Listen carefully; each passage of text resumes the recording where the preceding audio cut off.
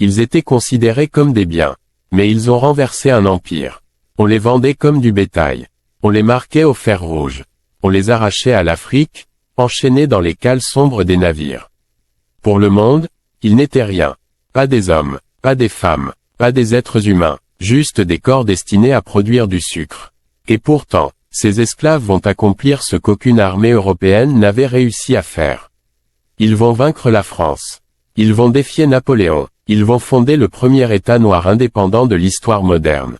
Voici l'histoire d'Haïti, l'enfer qui a créé la révolte.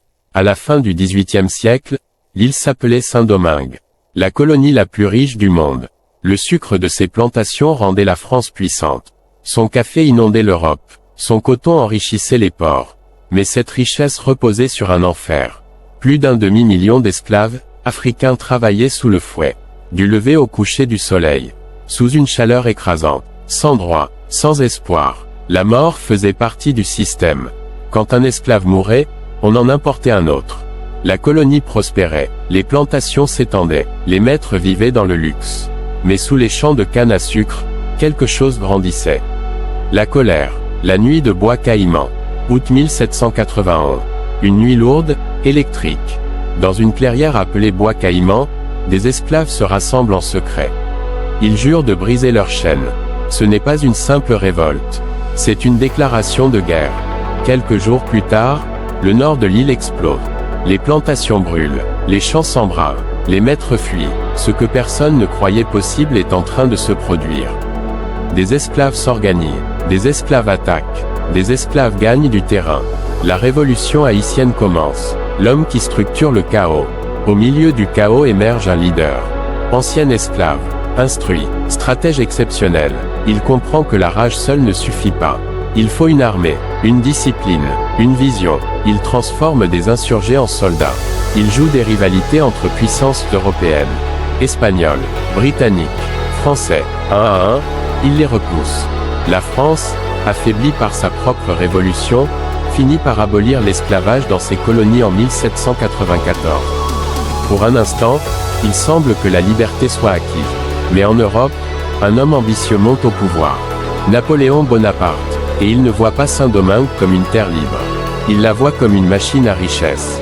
La trahison et l'invasion. Napoléon envoie une armée massive pour reprendre le contrôle. Des milliers de soldats, des navires de guerre. Une mission claire, rétablir l'autorité française et l'esclavage. Le grand leader noir est capturé par rue. Déporté en France, enfermé dans une forteresse glaciale. Il meurt loin de son île. La France pense que tout est terminé. Elle se trompe, car la révolution n'appartenait pas à un seul homme. Elle appartenait à un peuple. La guerre totale. Les anciens esclaves refusent de redevenir des biens. Ils savent ce que signifie le retour des chaînes. Alors ils se battent, avec une détermination absolue. Les combats sont brutaux, sans pitié. La fièvre jaune frappe les troupes françaises. Les soldats tombent par milliers. La nature elle-même semble combattre aux côtés des insurgés. Peu à peu, l'armée de Napoléon s'effondre. En 1803, l'impensable se produit. La France capitule. Une armée composée d'anciens esclaves vient de vaincre l'un des plus grands empires du monde. La naissance d'Haïti, 1er janvier 1804.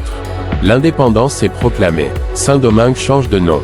Haïti, un nom d'origine amérindienne, pour marquer la rupture totale avec le passé colonial. C'est le premier État noir indépendant. La première nation née d'une révolte d'esclaves victorieux. Un événement qui fait trembler le monde. Les puissances esclavagistes sont terrifiées. Si des esclaves peuvent vaincre la France, alors aucun système n'est à l'abri. L'isolement et la punition. Mais la victoire a un prix. Les grandes puissances refusent de reconnaître Haïti. La France impose une indemnité colossale en échange d'une reconnaissance officielle. Une dette écrasante. Une punition pour avoir osé être libre. Pendant plus d'un siècle, cette dette freine le développement du pays. Haïti a gagné militairement, mais économiquement, la bataille continue. Pourquoi cette histoire dérange encore? Parce qu'elle brise le récit dominant. Elle montre que ceux qu'on considérait comme inférieurs ont vaincu leurs oppresseurs. Elle prouve que l'esclavage n'était pas accepté. Il était combattu. Elle rappelle que la liberté n'a pas été donnée. Elle a été arrachée. Cette histoire dérange parce qu'elle met en lumière la brutalité du système colonial, la peur des empires, L'injustice économique imposée après la victoire. Elle dérange parce qu'elle est un symbole. Un symbole dangereux, celui d'un peuple qui refuse de rester à genoux. Conclusion puissante, ils étaient considérés comme des biens. Ils sont devenus des soldats, puis des stratèges, puis les fondateurs d'une nation. Haïti n'est pas née d'un traité diplomatique. Elle est née d'un soulèvement, d'une certitude. Aucun être humain n'est destiné à vivre enchaîné. Et c'est peut-être pour cela que, plus de 2 siècles plus tard, cette histoire continue de déranger.